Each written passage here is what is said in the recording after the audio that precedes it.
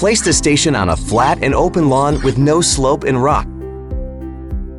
Ensure that there are no objects within 2 meters of the left, right, and front of the station, and the grass around the station is no taller than 6 centimeters. Take out the station base and place it on the flat ground. Remove the sticker that secures the plug from the station base and take out the station pile. Pull out the power interface and stick it into slot. Then insert the station pile into the station base until you hear a click.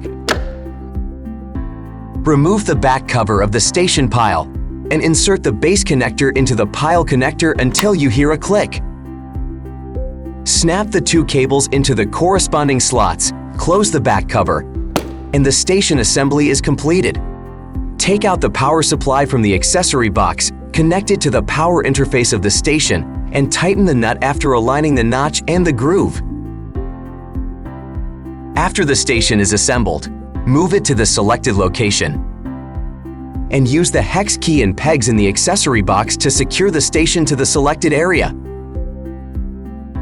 The station installation is completed.